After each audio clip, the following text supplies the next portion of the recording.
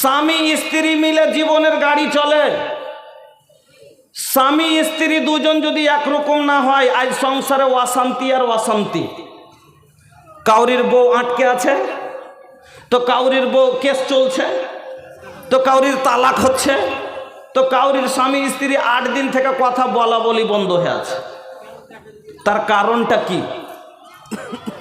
স্ত্রী আনার মানে হলো, আল্লাহ বলছেন ওয়ামিন আয়াতিহি আন খালাকা লাকুম মিন আনফুসিকুম আজওয়াজাল লিতাসকুনু ইলাইহা। আল্লাহ বলছেন ওয়াতে থেকে তুমি তৃপ্তি অর্জন করবে, আরাম নেবে, শান্তি পাবে। কিন্তু বউ আনার পরে আমরা অশান্তির আগুনে জ্বলছি। তার কারণ গেলা কি কি? একজন মহিলা বলছে, একজন স্বামী, একজন স্ত্রী তার দোষ দিচ্ছে স্বামীর উপরে। ও নিজের ভুল বুঝে না যে আমি কি ভুল করছি, ও দোষ চাপ্পা দিচ্ছে স্বামীর ওপর আর বলছে আমার স্বামী ভালো না। তো একজন স্বামী নিজের ভুল বুঝে না, ও দোষ চাপা দিচ্ছে স্ত্রীর ওপরে, ও বলছে আমার বউ ভালো না, কিন্তু নিজের ভুল কেউ বুঝে না। যেমন একজন মহিলা বলছে কি, जब मैं बहू थी तो मुझे सास अच्छी नहीं मिली, जब मैं बहू थी तो मुझे सास अच्छी नहीं मिली, और जब मैं सास बन गई तो मुझे बहू अच्छी नहीं मिली, मेरे अंदर कोई कसूर नहीं। যখন আমি বউ ছিলাম শাশুড়ি মা ভালো পাইনি, আর এখন যখন শাশুড়ি হয়েছি তো বউ ভালো পাই নাই, আমার কোনো দোষ নাই।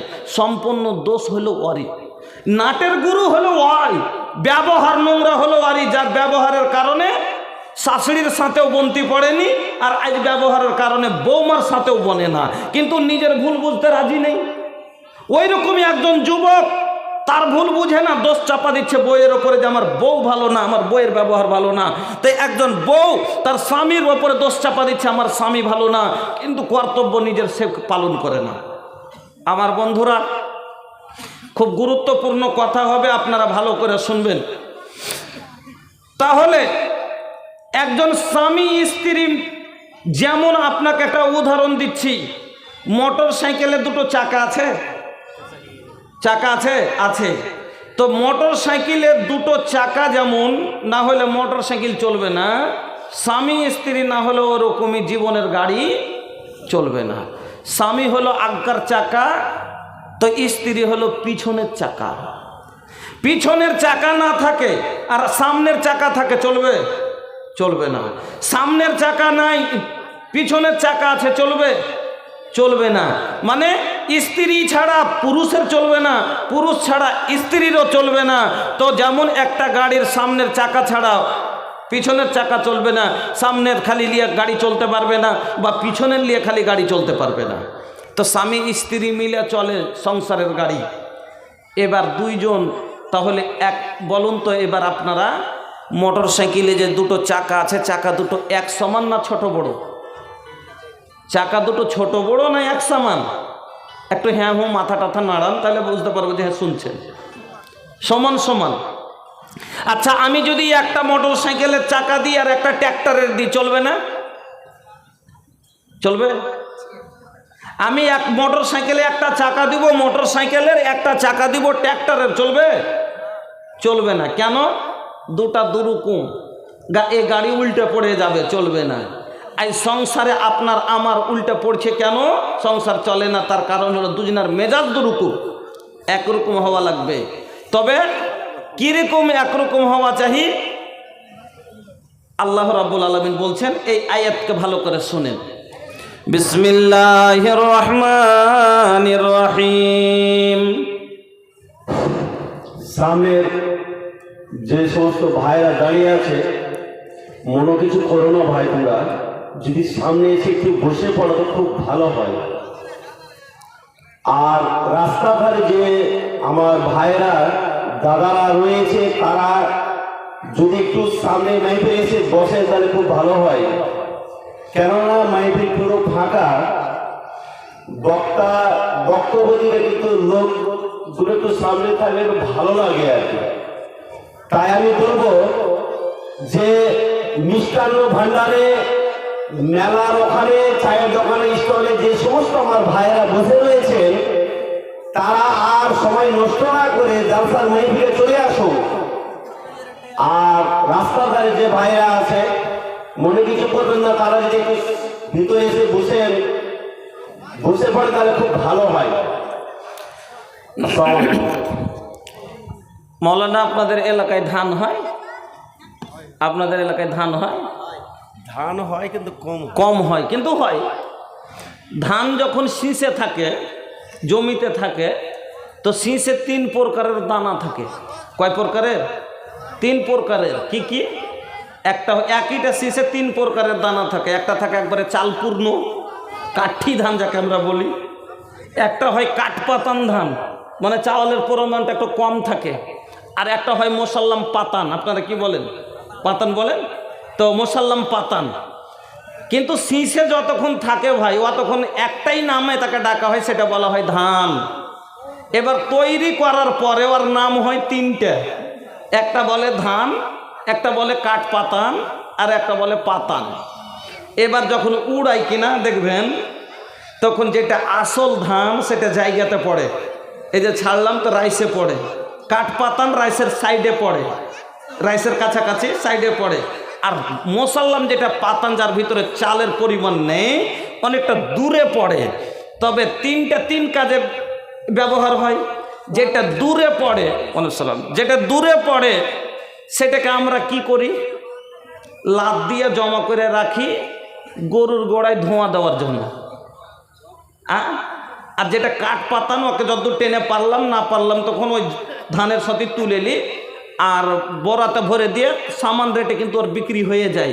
কিন্তু এর ভ্যালিডিটি কতক্ষণ জানেন? যতক্ষণ নাদের জলে ডুবাইনি, অতক্ষণ ডুবাইলে কিন্তু এর ভ্যালিডিটি শেষ, ভেসে গেল, ওকে ফেলে দেয়। আসলটা সবসময় তলাতেই থাকে। ওই রকমই অতি ছিল ধান। এ জালসার নামে আসছে 3 প্রকারের মুসলমান। একটা হলো যে কটা প্যান্ডেলে বসেছে, এটি হলো কাঠি, আসল ইমানওয়ালা। কিছু আছে সাইডে কাঠ পাতান, মানে একটু আছে, গোটাই পূর্ণ হেনে। আর যেটি বাজারে আছে এটি একবারে পাতান। ধানের নামে যেরকম পাতান উপজেছিল, ই হলো পাতান। ই আল্লাহর সানঝালের লেগে তৈরি হয়েছে। আল্লাহর জাহান নামে তাকে লাফ দিয়ে ঠেলে দেওয়া হবে, কারণ ও মাতলামি করতে সেখানে।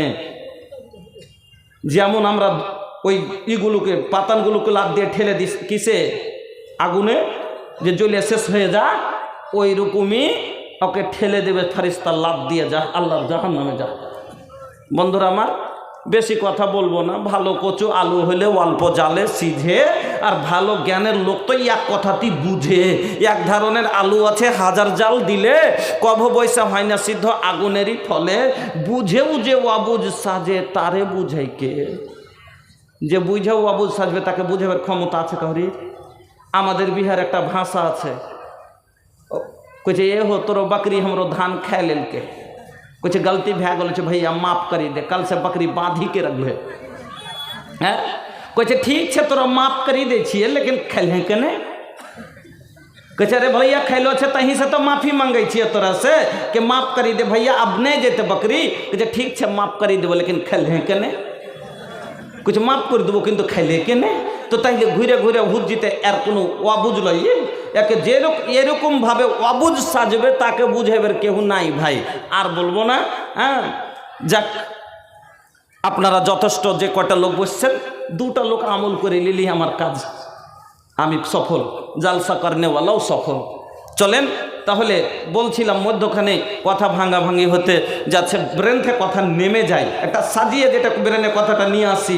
তো আসুন, আপনাকে বলছিলাম যে তাহলে যেমন গাড়ির 2টো চাকায় একরকম লাগবে, তো স্বামী স্ত্রীও 2জন একরকম হওয়া দরকার। আল্লাহ কি বলছেন?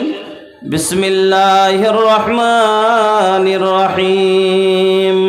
আল খাবিসাতু লিল খাবিসিনা ওয়াল খাবিসুনা লিল খাবিসাত। সিধা ভাষায় তরজমা যদি বুঝতে চান, বুঝাবার জন্য বলছি। আল্লাহ বলছেন আল খাবিসাতু লিল খাবিসিনা ওয়াল খাবিসুনা লিল খাবিসাত। চোরের জন্য চুন্নি, সিধা ভাষায় বুঝেন তাইলে বেরেনে সাফে বসবে। চোরের জন্য চুন্নি, লুচ্চার জন্য লুচ্চি, বাইমানের জন্য বাইমাননি। দুজন যদি একরকম হয়, আল্লাহ বললেন কথাটা আসলে কি আছে, আল খাবিসাতু লিল খাবিসিনা, খবিসের জন্য খাবিসা মহিলা, মানে খবিস কাকে বলে, যে বদমাশি করে তাকে।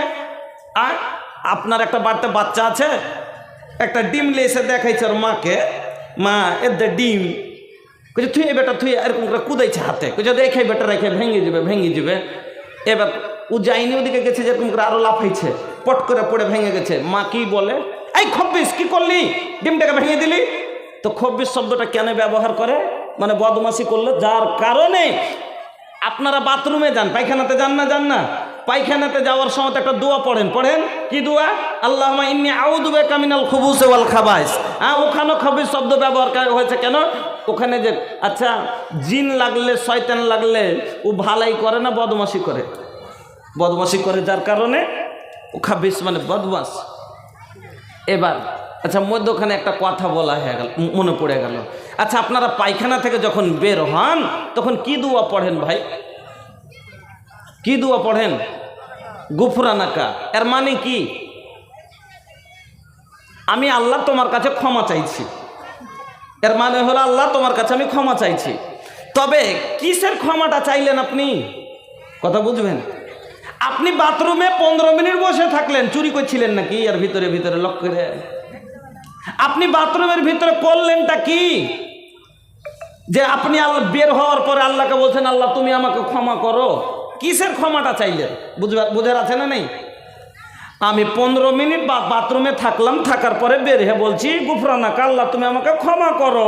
তো আমি ক্ষমাটা চাইলাম কিসের, আমি কি করেছি, বাথরুমের ভিতরে ঝগড়া করেছি, চুরি করেছি, কি করেছি।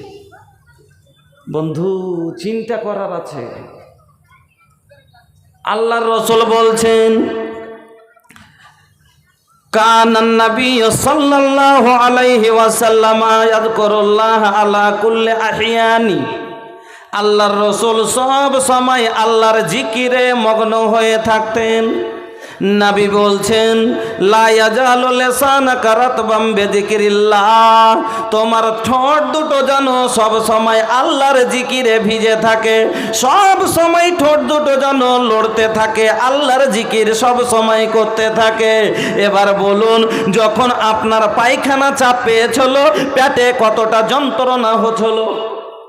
পায়খানা যখন চাপ পাই পেটটা শান্তি লাগে না অশান্তি লাগে, অশান্তি লাগে। ওই সমাতে যদি বিরিয়ানি দেওয়া যায় তবে খাওয়া যাবে না।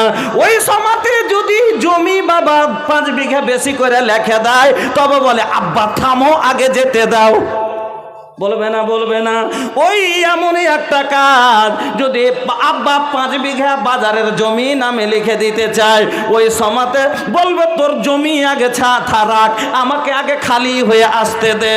ও বন্ধু আমার, এত কষ্ট। এবার আপনি চলে গেলেন বাথরুমে বসে আপনি পায়খানা করলেন, আপনার কষ্ট সব বেরিয়ে গেল। আল্লাহ একটা রাস্তা করে দিয়েছে, ওখান দিয়ে সব কষ্ট আপনারা বের হয়ে চলে গেল। এবার আপনি তারপরও কোনো ভালো কাজ যদি হয়, আনন্দ পাওয়া গেলে আল্লাহর তারিফ করতে হয় কিনা, আল্লাহর প্রশংসা করতে হয় কি হয় না। যখন কোনো আপনি জলপান করলেন 30 না মিটলো, কি বলেন আলহামদুলিল্লাহ। এবার আপনার জলপান করার চাইতে পায়খানা বেশি কষ্ট দূর হলো, তো আপনি পায়খানাতে বসে আলহামদুলিল্লাহ পড়তে কি পেরেছিলেন?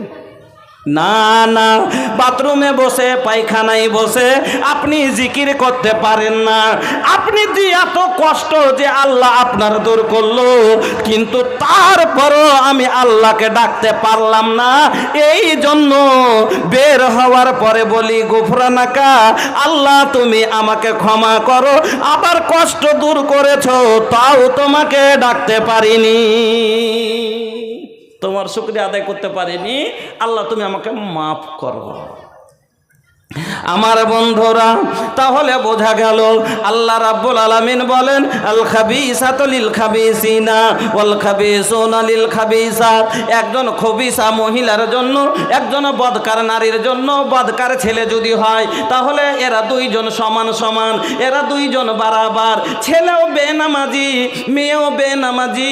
ও ফজরে উঠবে না, ও ফজরের নামাজ পড়বে না, এক অপরকে বলবে না, কোনো সংসারে সমস্যা হবে না।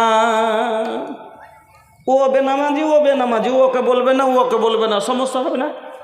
কিন্তু আমি একজন মাওলানা সাহেব, শেখ একজন মৌলভী সাহেব, কিন্তু বিয়ে হয়ে গেছে একজন এমন মহিলার সাথে যার ব্যবহার নোংরা, পর্দা করে না, এক ওয়াক্ত নামাজ পড়ে না। ফজরের সময় বলছি, ফজরের সময় তোকে বলছি উঠো না জি, নামাজটা পড়ে লাও ফজরে। কি বলছে? তোমার গায়ে খুব গরম আছে, তুমি পড়ো গা, আমি পড়তে পারবো না, ফাঁকা ঠান্ডা লাগছে। এই সংসার কয়দিন টিকবে, কয়দিন সহ্য করবেন আপনি? আপনি যদি সত্যিকারই নামাজি হন, এই বেনামাজি বউকে আপনি সহ্য করতে পারবেন? পারবেন না। এই জন্য আল্লাহ কি বললেন? একজন পাপ, একজন পরহেজগারের জন্য, পরহেজগার মেয়ে যদি হয় তারা দুজনে একরকম।